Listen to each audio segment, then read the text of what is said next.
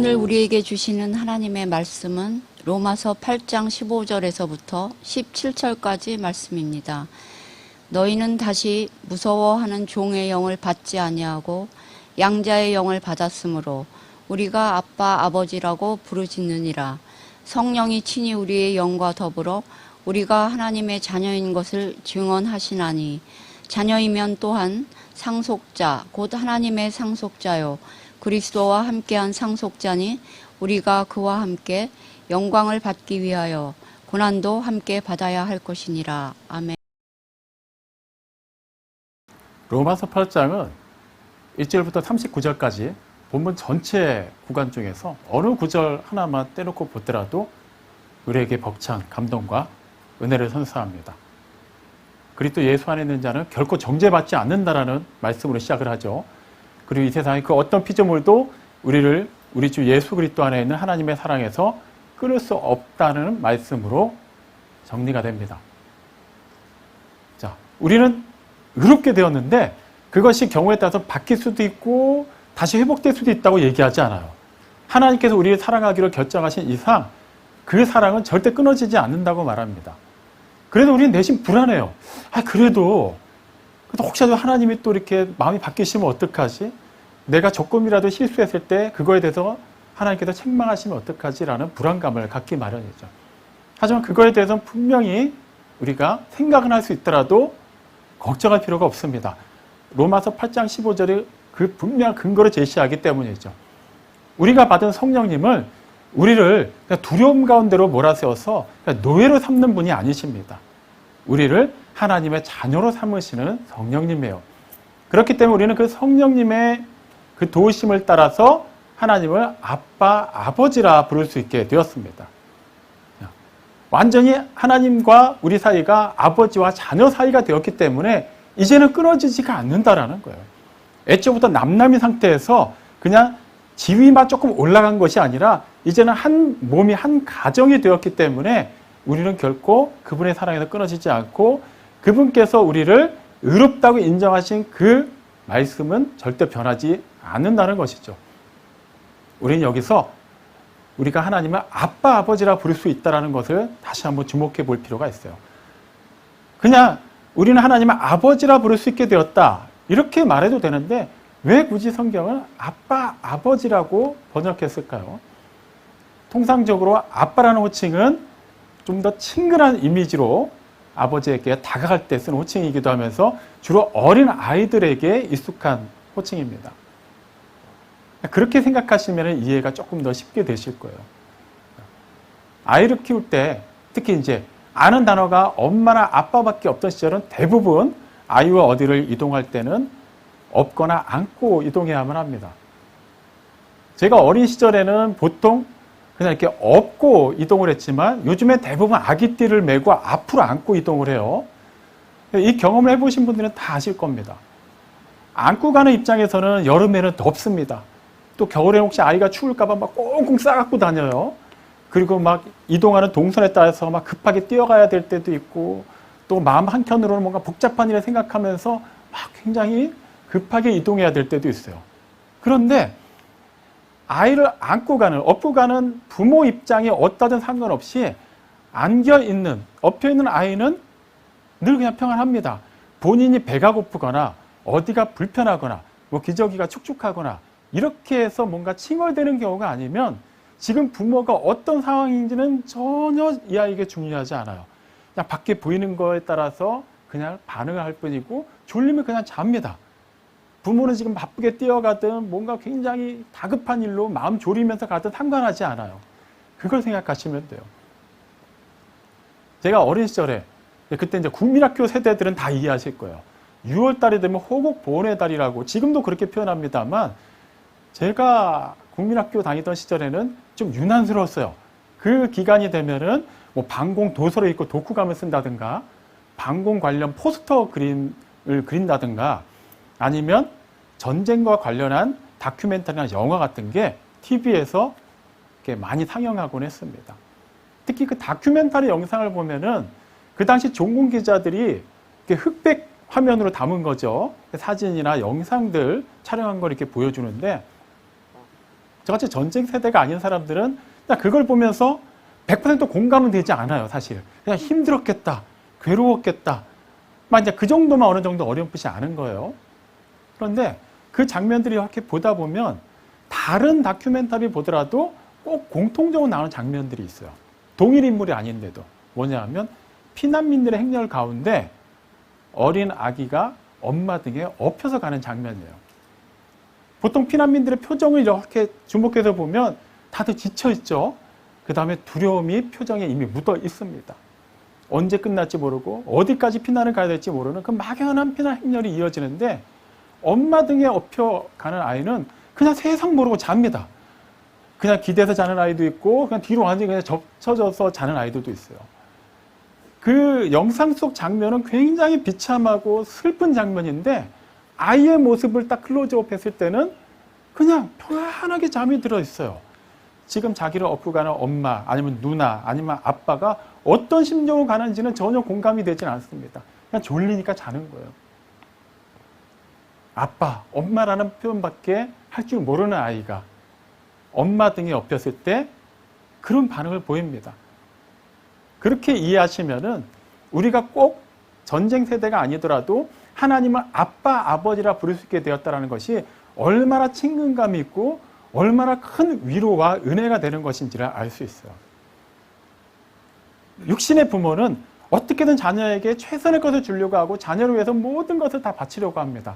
그래도 한계가 있죠. 아무리 잘해줘도 받아들이는 자녀 입장에서는 늘 뭔가 부족하기도 하고 서운한 면도 있기 마련이에요. 늘 자녀 곁에서 뭔가를 채워주고 싶지만 그렇게 할 수가 없죠.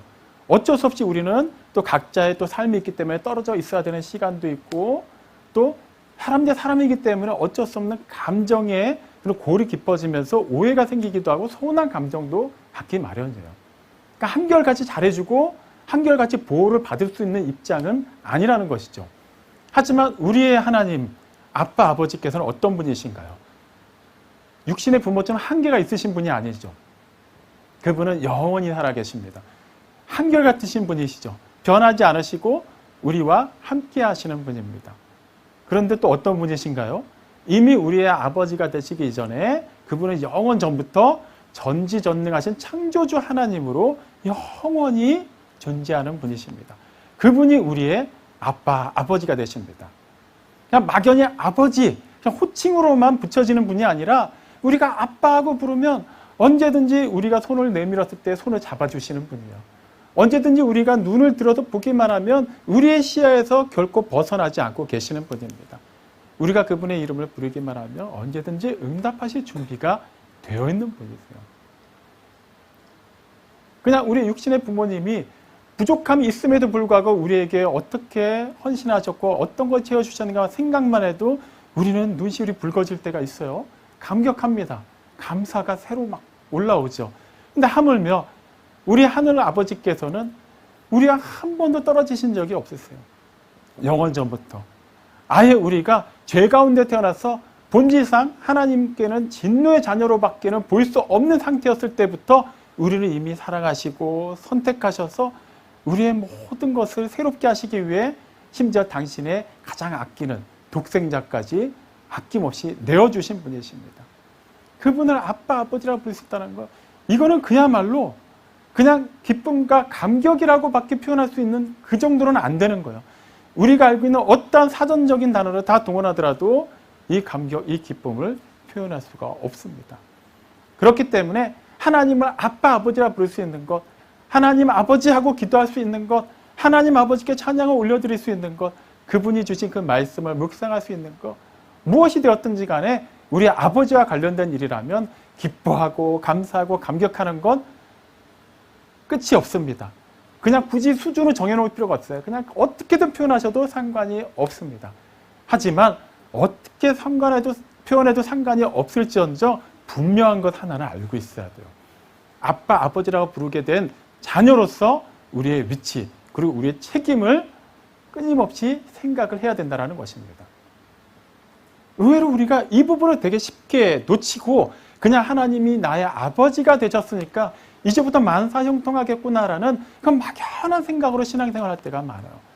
그러다 보니까 자꾸 문제들이 생기는 것이죠.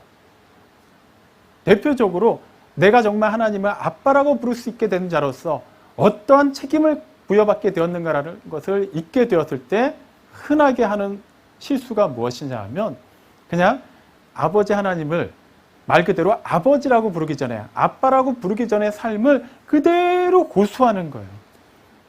어차피 죄인일 때 나를 구원하신 분이고 나를 자녀 삼아 주셨는데 아니 그때처럼 산다고 해서 이분이 갑자기 나를 버리실 이유가 없지 않겠어요? 그냥 하나님은 애초에 내가 잘나서 내가 너무나도 의롭고 순결하고 거룩했기 때문에 나를 자녀 삼으신 게 아니니까 어차피 나는 한계를 가지고 있는 불완전한 존재이니까 그냥 그렇게 세상 사람들과 크게 다를 바 없이 살아도 문제되지 않을 거라는 거예요. 설마 하나님이 날 구원하신 마당에 지옥에 보내시기야 하겠습니까? 그럴싸하죠.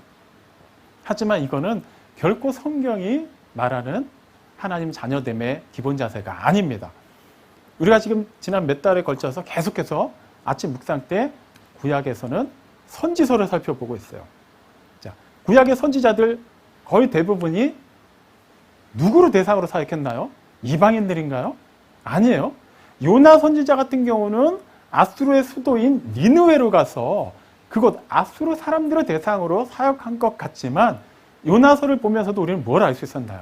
결과적으로는 하나님께서는 하나님의 백성에게 그 말씀을 주고 계신다라는 거예요. 선지자들이 그냥 이방인들, 하나님을 모르는 사람들, 하나님과 상관없이 그냥 죄 짓고 사는 사람들에게 그냥 돌아오라라고 얘기하지 않아요. 돌아오라는 것은 원래 있어야 될 곳이 어딘지를 알고 있었던 사람들에게 해당하는 말이에요. 애초에 하나님과 관련이 없었던 사람들에게는 돌아오라는 말이 선행되어서는 안 됩니다. 하나님을 먼저 알고 자기가 있어야 될 위치를 아는 것이 중요하지 이들은 돌아오라고 하면 원래 죄짓던 자리를 계속 찾아 헤맬 뿐이에요. 결과적으로 그 대상이 누굽니까? 하나님의 백성, 선민 이스라엘이었다는 거예요. 아니 하나님이 택하셨고 하나님의 애굽에서 노예 생활하고 있던 그들을 특별하게 역사하셔서 그곳에서 끄집어내시고 그들만을 위해서 특별한 약속의 땅을 허락해 주셨고 또 그들과 함께 하시고 그들에게만 특별히 하나님의 율법을 주셨고 또 그들 가운데 성전을 짓게 하심으로써 하나님의 거룩한 임재처소의 그 성전을 기준으로 해서 하나님께서 그 나라를 통치하신다는 것을 분명하게 보여주셨죠. 그럼 더 이상 그들이 하나님께로 돌아올 만한 뭐가 있을까요? 하나님과 함께 살고 있고 하나님의 말씀을 받았고 하나님의 택하심을 받았고 하나님께서 인정하신 백성인데 말이죠. 하지만 그들은 돌아와야만 했습니다. 엉뚱한 데를 갔거든요. 애초에 하나님을 모르는 사람들, 그 이방 나라 사람들이 하는 것과 똑같이 우상을 섬기고 하나님을 외면하고 전혀 하나님을 모르는 사람들처럼 행동하기 시작했습니다. 그래서 하나님께서는 선지자들을 보내신 거예요. 너희가 있어야 될 곳은 그것이 아니라는 거예요. 너희가 경유해야 되는 대상은 그게 아니라는 거예요. 본래 있어야 될 그 자리로 와서 본래 너희가 추구해야 되는 것이 무엇인지를 알고 너희가 온전히 영과 진리로 예배할 대상이 누구인지를 바로 알고 그 바로 알면 삶으로 살아내라고 말씀하시는 거예요. 그런데 그들은 그렇게 하지 않았어요. 여전히 그들이 갖추고 있는 그 조건, 하나님께서 충족해 준 그것을 그냥 전부로 그냥 삼아버린 거야. 아니 하나님이 날 구원하셨고 이 땅으로 인도하셨고 또 이 성전 안에 하나님의 그 영이 임재해 계시고 그러면 다 된 거 아닌가? 더 이상 내가 뭘 하면 되지? 어차피 꾸준히 나는 안식일을 지키고 있고 뭐 월삭도 지키고 있고 각종 절기도 지키고 있고 안식년도 지키고 있고 회년도 지키고 있고 그 외에 하나님께서 주신 그 율법에 따라서 각종 제사를 드리고 있는데 그러면 그 외에는 나 하고 싶은 거 다 해도 문제가 안 될 것 같다는 것이죠. 아예 이것도 안 하면서 그러면 조금 양심상 찔리기라도 할 텐데 할 거 다 하잖아요. 지금 이방 나라 전전하면서 하나님과 전혀 상관없이 사는 것도 아니잖아요. 어쨌거나 하나님께서 주신 말씀대로 외식적으로나마 지키고 있으니까 된 거 아닌가요? 그 결과 어떻게 됐습니까? 지금 지도상에는 이스라엘이 나라로 존재하죠. 하지만 그 당시 성경에 기록되어 있는 이스라엘은 계속해서 하나님의 말씀을 외면하고 산 결과 역사에서 퇴장하게 됩니다. 아니 어떻게 하나님은 그러실 수 있지? 그러실 수 있죠. 하나님의 변덕을 부리신 게 아니에요. 애초에 하나님께서는 이스라엘을 당신의 백성으로 삼으시면서 제사장 나라라는 특별한 임무를 부여해 주셨어요. 제사장은 하나님과 사람들 사이에서 중재하는 중보자의 역할을 해야만 합니다. 그들이 세상을 향해서는 하나님이 어떤 분인가를 보여주어야만 해요. 그리고 세상으로 하여금 하나님께로 나아갈 수 있는 통로가 되어야만 합니다. 근데 그들이 그렇게 하지 않았어요. 스스로 그 통로인 자신들의 그 위치를 끊어버렸죠. 그리고 이방 세계에서 그대로 똑같이 그들과 다름없는 삶을 살았어요. 선민이라는 그 명찰은 달고 있는데 선민답지 못하게 산 결과 그들은 그 자격도 박탈당하게 된 것입니다.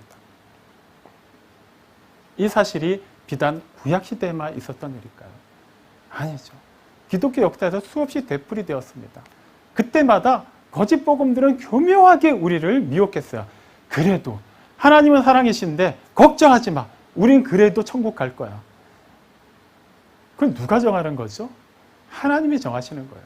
하나님께서 분명히 약속하신 그 말씀을 근거로 해서 말이죠. 우리의 기분대로 결코 그 일은 하나님의 뜻과는 별개로 이루어질 수 없는 일입니다. 또 다른 하나님의 자녀임에도 불구하고 그 특권만을 앞세울 뿐 그 책임을 논하지 않을 때 빠질 수 있는 오류가 무엇이 있을까요? 하나님이 나의 아빠, 아버지가 되시기 때문에 그 아버지께서 나에게 가장 좋은 것을 주신다는 거예요. 맞는 말이에요. 이건 분명히 성경적으로 전혀 문제가 되지 않습니다. 시편 23편 6절에서도 분명히 말하죠. 우리의 평생에 우리 하나님의 선하심과 인자하심이 따를 것이라고 말합니다. 그러니 하나님의 자녀가 된 그 순간부터 우리가 살아가는 그 평생의 순간은 매 순간이 좋은 날일 수밖에 없는 거예요. 좋은 일은 매일 일어나고 있는 겁니다. 근데 여기서 핵심은 무엇인가요? 그 좋은 일을 누가 정의한다는 것이죠? 하나님이 정의하신다는 거예요. 우리가 정의하는 게 아니라 우리가 생각하는 좋은 일이 아니라 하나님이 우리에게 필요하다고 여기신 그 좋은 일은 날마다 베풀어 주신다는 거예요. 왜 예수님이 세상에 오셔서 우리로 하여금 아버지께로 나아갈 수 있는 길이 되어 주셨을까요? 그냥 이 세상에 길이 하나도 없었기 때문일까요? 길은 많았어요. 우리는 그냥 각자 우리가 생각할 때 좋다고 여기는 길을 열심히 갔을 뿐이죠. 근데 어떤 길을 가든 그 길은 아버지께로 닿지가 않습니다. 그러면 어딘가 미지의 길이 있는데 그 길을 못 찾았던 것일까요? 아니요. 세상에서는 아무리 좋아 보이는 길도 하나님께로는 닿을 수가 없다라는 거예요. 종교다운주의자들은 이거에 대해서 반박을 하죠. 그런 게 어디 있는가? 어떻게든 찾고 찾다 보면 우리가 잘 몰라서 그렇지 하나님께로 닿을 수 있는 길은 있다. 꼭 예수 그리스도를 통하지 않더라도 갈 수 있다. 아니요. 성경은 절대 그렇게 얘기하지 않습니다. 예수님이 알 거에 대해서 단언하시죠.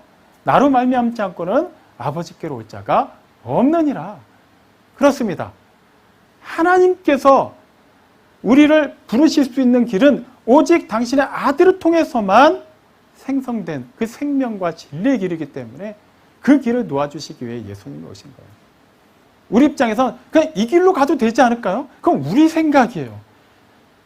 궁극적인 목적지가 되시는 하나님 입장에서는 그 길로 가봐야 절로 갈 뿐인데 우리가 생각할 때는 그냥 이 길이 좋아 보니까 그럼 이 길대로 가도 문제가 없을 것 같으니까 가다 보면 하나님이 나오시겠지. 그리고 우리에겐 든든한 뒷배가 있는 거예요. 하나님이 내 아빠 아버지시니까. 설사 이 길이 궁극적으로는 진리와 생명의 길이 아니더라도 그냥 가다 보면 설마 나를 자녀 삼으신 하나님께서 나를 그대로 멸망 가운데로 밀어 넣으시겠는가? 대단한 믿음 같죠? 절대 그렇지 않다라는 거예요. 길은 분명히 하나님께서 오직 한 길만을 우리에게 주셨기 때문에 우리는 그 길을 가야 돼요. 자, 두 갈래 길이 있습니다. 무조건 우리는 가야 돼요. 둘 중에 하나로. 한 길은 막 길도 넓고 쾌적하고 볼거리도 많고 먹을거리도 많고 뭔가 즐길거리도 많아요. 다른 한 길은 입구부터 험하고 길도 굉장히 좁고 꾸불꾸불하고 그리고 가는 길에 장애물도 많고 고난도 많아 보입니다. 그럼 통상적으로 둘 중에 어느 길을 가겠습니까? 우리는 전자를 가겠죠. 누구라도 그렇게 할 겁니다. 그런데 이 길에는 그 시작점의 이정표에 멸망의 길이라고 써 있어요. 그리고 이 험한 길에는 이정표로 생명의 길이라고 써 있습니다. 그럼 어디로 가야 할까요? 당연히 생명의 길로 가야겠죠. 이 부분에 대해서는 우리는 고민하지 않아요. 그런데 의외로 많이 주저합니다. 아, 나는 안 그런 것 같은데 정말 그런가요? 그냥 우리의 평소 기도 제목을 보자고요. 정말 하나님의 뜻을 몰라서 하나님의 뜻을 구하는 기도를 그렇게 많이 하셨나요? 솔직히 말해보면 하나님의 뜻이 뭔지는 알아요. 하나님께 제시한 길이 이 길이라는 걸 압니다. 그런데 이 길로 가는 게 좀 힘들어 보여요. 좀 손해를 볼 것 같습니다. 그러니까 자꾸 주저하지 않나요? 내심 좀 쾌적해 보이는 이 길을 가면서, 그리고 우리는 하나님께 이렇게 기도하는 거죠. 하나님, 일단은 내가 좀 잘 돼야, 내가 뭔가 걱정 근심도 덜고 몸도 편해야, 그래야 신앙생활도 더 열심히 할 수 있지 않겠습니까? 그리고 세상 사람들이 나를 볼 때 맨날 고생하고 아프고 가난하게 사는 모습보다는 이왕이면 잘 살고 건강하고 세상에서도 명예롭게 사는 모습을 볼 때, 야, 정말 하나님이 살아계시고 보고 주시는구나, 이렇게 생각하지 않을까요? 이왕이면 내가 좀 잘 돼야 하나님 아버지도 체면이 서고 내 체면도 서지 않겠습니까? 그러니까 이 길이 멸망의 길인 것 같긴 한데, 그냥 하나님, 이 길을 생명의 길로 바꿔주십시오. 물론 이렇게 표현하면서 기도하는 경우는 거의 없겠죠. 하지만 실제 우리의 기도를 한번 보자고요. 이런 맥락에서 크게 벗어나지 않는 경우가 적지 않다는 것을 우리는 부인하지 못할 겁니다. 하지만 그런 기도는 분명히 말씀드립니다. 응답받지 못합니다. 아무리 우리가 금식을 하고 뭐 있는 것을 다 내어드리면서 하나님께 기도해도 하나님께서 인정하신 유일한 그 길을 벗어나서 다른 길로 가면서 백날 기도해봐야 아무 의미가 없다는 거예요. 왜 그럴까요? 어제 아침에 묵상글에서 우리가 미가 3장을 살펴봤어요. 자, 3장 4절, 미가 3장 4절에 보면 하나님께 부르짖는데도 불구하고 응답받지 못하는 자들이 나옵니다. 이방인들도 아니에요. 선민 이스라엘 백성입니다. 그들 가운데서도 지도자들이에요. 특권을 입은 선민 가운데서도 더 특별한 책임을 부여받은 사람들. 그런 사람들이 부르짖는데 응답을 못 받습니다. 어떻게 된 일일까요? 하나님께서 그 이유로 말씀하시죠. 너희는 정의가 무엇인지를 알지 못하기 때문이다라고 말씀하세요. 그들이 정의의 사전적인 의미를 몰랐기 때문일까요? 그렇지 않아요. 알아요. 하나님께서 정의가 무엇인지는 율법을 통해서 정확히 알려주셨어요. 근데 그들이 모르는 게 무엇인가요? 진짜 모르는 게 아니라 아는데도 불구하고 그것을 그대로 실천하지 않았다라는 것이죠. 그런 자들에게 하나님께서 분명하게 말씀하셨습니다. 너희들이 그때 심판의 때가 되었든 어떤 때가 되었든 그 결정적인 순간에 백날 부르짖어 봐라. 절대 내가 응답하지 않는다.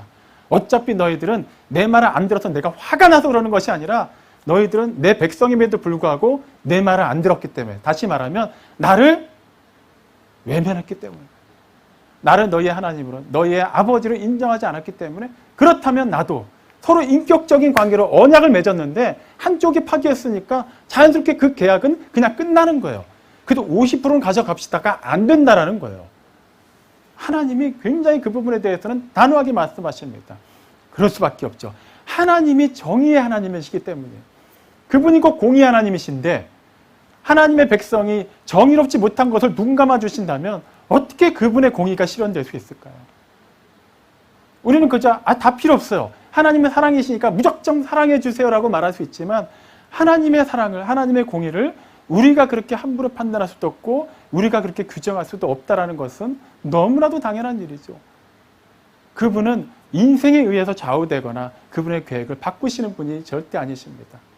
그분의 그 완전하심, 그 선하심, 그 공의로우심, 그 사랑은 결코 어떤 환경이나 인간들의 좋고 나쁨에 따라서 좌우되지 않습니다. 고정불변하게 그대로 그분의 그 모든 품성은 나타날 수밖에 없는 거예요. 그분의 정의는 우리가 정의롭지 못하고 정의로우신 하나님을 인정하지 못할 때 당연히 우리를 정의롭게 심판하셔야만 한다는 것이죠. 누차 말씀드립니다. 그러면 내가 하나님을 아빠 아버지라 부를 수 있게 되었고 내 안에 계신 성령님께서 그걸 보증하시는데도 불구하고 여차하면 내가 지옥 갈 수도 있다는 얘기인가요? 그건 아니라는 거예요. 우리가 분명히 알아야 되는 것은 어떤 피조물도 로마서 8장 39절이 말하는 것처럼 이 세상의 어떤 것도 우리를 우리 주 예수 그리스도 안에 있는 하나님의 사랑에서 끊을 수 없다라고 말해요. 그러므로 우리는 뭘 해야 된다라는 거예요. 그 끊어지지 않는 관계 안에 있는 자답게 끊어지지 않았다는 것은 함께 가야 된다는 거예요. 하나님께서 놓으신 그 길을 가야 되는 것이고 예수님을 따라가야 되는 것이고 하나님께서 부르시는 그 길을 가야 된다는 거예요. 다른 길 가면서 이 길이 하나님의 길이 되게 해주세요. 이런 기도는 우리에게 애초에 허용되지 않는다라는 겁니다. 그런데도 끝끝내 이 길을 고집한다? 그러면 답은 하나예요. 하나님의 자녀가 아닙니다. 그러니까 본인이 하나님의 자녀라면 쓸데없는 거 이런 걸로 고민하실 필요가 없어요. 그냥 가야 될 그 길을 가시면 됩니다. 마태복음 16장을 보면 베드로가 예수님께 칭찬을 받음과 동시에 얼마 안 되는 시간 후에 굉장히 충격적인 책망을 듣는 장면이 기록되어 있어요. 가이사랴 빌립보 지방에서 예수님이 제자들이 여기저기서 이제 전도하고 다니고 돌아오는데 물어보죠. 사람들이 나에 대해서 뭐라고 하더냐? 대체로 사람들은 예수님을 선지자 가운데 한 명이라고 생각했어요. 그래서 제자들에게 물으시죠. 그럼 너희는 나를 어떻게 생각하느냐? 베드로가 제자들을 대표해서 얘기합니다. 마태복음 16장 16절에 놀라운 신앙 고백이 기록되어 있죠. 주는 그리스도시요 살아계신 하나님의 아들이십니다. 정확했어요. 그래서 예수님이 그에게 네가 참으로 복이 있다라고 칭찬하십니다. 그리고 이 반석 위에 내 교회를 세우겠다라고 말씀하셨어요. 얼마나 영광스러운 말씀을 들은 겁니까? 그런데 그 말씀 이후에 그때를 기준으로 해서 예수님이 장차 예루살렘으로 반드시 올라가셔서 대제사장들, 서기관들, 장로들에게 고난을 받고 죽임을 당하고 사흘째 되는 날 부활하셔야 된다는 것을 말씀하시기 시작해요. 그러자 제자들이 술렁이기 시작합니다. 이번에도 제자들을 대표해서 베드로가 항의하기 시작해요. 심지어 예수님을 붙잡고 항의한 겁니다. 쉽게 말하면 멱살을 잡은 거예요. 막 흔들어댑니다. 주님에게 이런 일이 일어나서는 안 됩니다. 절대로 안 됩니다.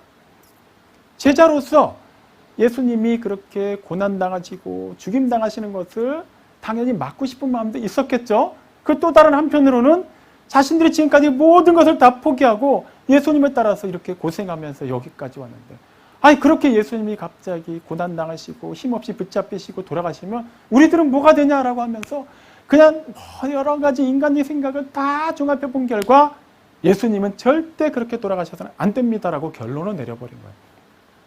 좀 전까지만 해도 복 있는 사람이었어요. 이 반석 위에 내 교회를 세우겠다라고 예수님이 말씀하셨는데 이제는 베드로 향해서 뭐라고 말씀하십니까? 사탄아 내 뒤로 물러가라 라고 말씀합니다. 복 있는 자에서 사탄으로 완전히 추락해버리고 맙니다. 그 이유가 무엇이죠?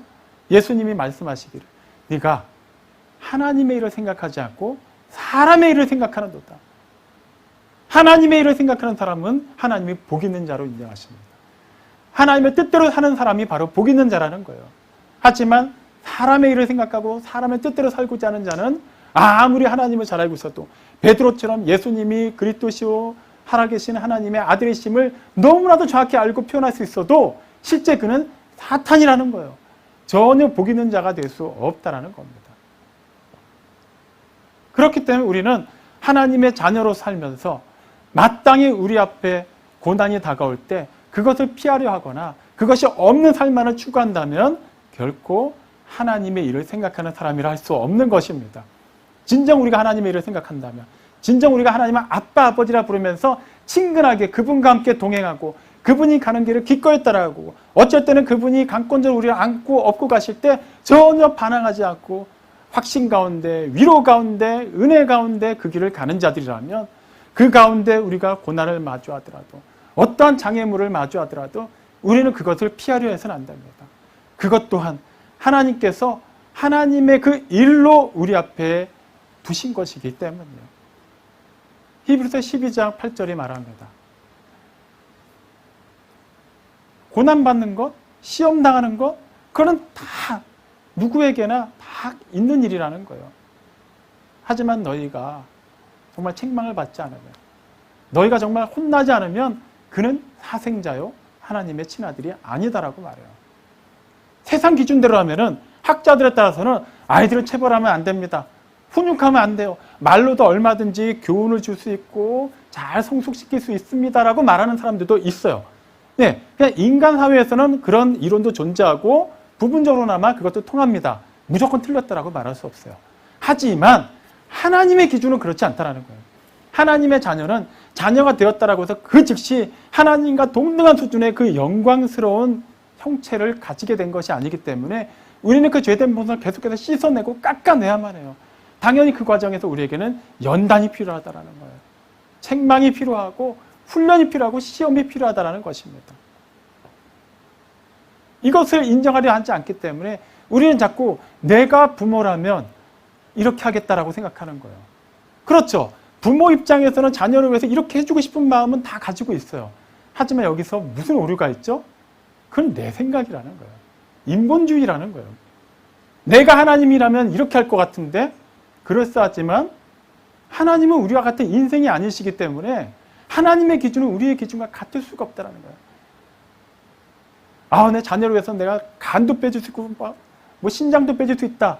그런 마음은 하나님께서 당신의 아들을 주신 마음과 어느 정도 흡사하다라고 말할 수 있지만 그렇다고 해서 내가 자녀를 위하는 마음과 하나님께서 우리를 위하시는 마음은 결코 같은 수준에서 논할 수가 없습니다.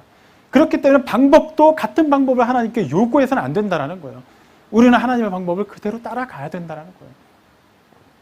하나님을 아빠, 아버지라 부를 수 있게 되었고 또 로마서 8장 17절이 말하는 것처럼 하나님의 자녀면 또한 상속자요. 그리스도와 함께한 상속자라는 것. 상속자라는 표현이 왜 들어갔을까요? 받을 게 있다라는 거예요. 그냥 자녀가 되어서 천국을 들어갈 수 있게 되었다는 걸로 끝나는 것이 아니라 상속자로서 뭔가 엄청난 것을 받게 된다는 거예요. 얼마나 큰 기대를 할 수 있을까요, 우리가? 그것이 무엇이든 무엇이 아니든지 간에 하나님께서 설마 우리에게 하찮은 거 주시겠습니까? 놀라운 거 주시는데 그런데 그리스도와 함께한 상속자라면 그리스도와 함께 영광을 받기 위하여 그와 함께 고난도 받아야 된다는 거예요. 그게 하나님의 법칙입니다. 무릇 징계를 받는 자들은 히브리서 12장 11절 말씀이에요. 징계를 받을 그 당시에는 결코 즐거워 보이지 않고 슬퍼 보입니다. 하지만 후에 그것으로 말미암아 연단받은 자들은 의와 평강의 열매를 맺습니다. 하나님의 자녀가 되었다고 해서 그저 주일 예배에 나오고 내 입술로만 하나님의 자녀라고 고백할 뿐 실제 하나님의 말씀을 따라 살지 않고 주중의 삶에서 하나님의 일을 생각하지 않고 사람의 일을 생각하며 사는 사람들에게는 결코 의와 평강의 열매가 맺히지 않는다는 거예요. 그 징계를 바탕으로 해서 그 연단과 시험을 바탕으로 해서 우리 안에 있는 그 죄성의 찌꺼기가 계속해서 씻겨 나간 결과가 그 성령의 열매로 맺힌다는 것입니다. 사랑하는 성도 여러분, 우리가 살아가면서 끊임없이 마주하게 되는 그 고난들 당연히 싫습니다. 피하고 싶고 안 일어나기를 바라는 건 누구라도 똑같이 생각합니다. 하지만 우리는 달라야 합니다. 무조건 고난을 목적으로 삼으라는 것이 아닙니다. 그것이 전부가 되어서는 안 되겠죠. 분명히 우리는 그 아픔과 부족한 부분을 놓고 하나님의 도우심을 바라며 기도해야만 합니다. 하지만 우리가 하나님을 아빠, 아버지라 부르면서 그분의 인도하심을 따라 가는데 그 길에서 이건 도저히 안 될 것 같고 이거는 할 수만 있으면 피하고 싶은 그 장애물이 나타나고 고난이 다가올 때 어떻게 해야 될까요? 그 길에서 마주하는 것이라면 피하지 말라는 겁니다. 그것은 이미 멸망의 길을 가고 있는 사람들에게는 절대 일어나지 않는 일. 오히려 이들 입장에서 보면은 굉장히 불쌍해 보이고 하찮아 보이는 일일 수 있지만 우리에게는 하나님의 자녀요 상속자이기 때문에 그 영광을 받기 위한 과정에서 반드시 거쳐야 되는 과정이라는 것이에요. 이것 자체가 목적이요 추구해야 될 대상이 되는 것이 아니라 이것은 우리가 딛고 그 다음 단계로 넘어갈 수 있는 오히려 디딤돌이 된다는 것입니다. 하나님께서 우리를 이끄시는 이상 우리를 자녀로 삼으시고 아빠라고 부를 수 있도록 허락하신 이상 하나님께서 그 모든 것을 넉넉히 감당하게 하십니다. 정말 하나님의 뜻대로 살고 계십니까? 사람의 일이 아니라 하나님의 일을 생각하며 주어진 삶을 치열하게 살아내고 계십니까? 그 가운데 세상에서 충돌하고 그 가운데서 여러 가지 고난이 있고 어려움이 있고 부족함이 있거든 오히려 감사하고 기뻐하시기 바랍니다. 그리고 피하지 말고 주저하지 말고 시간 끌면서 다른 길 찾지 말고 어차피 가야 되는 그 길을 가야 하는 이상 담대하게 헤쳐나가십시오. 우리 아빠 아버지께서 우리로 하여금 그것을 능히 감당할 수 있는 힘을 주시고 그 일을 통해서 우리를 어제보다 오늘, 오늘보다 내일 한 걸음 더 하나님의 그 영원한 생명, 우리 아버지 하나님의 그 놀라운 영광 속으로 내딛게 하실 것입니다. 이 놀라운 은혜가, 능력이 사랑하는 포에마 성도들 모든 삶 가운데 충만하기를 간절히 축원합니다. 아멘.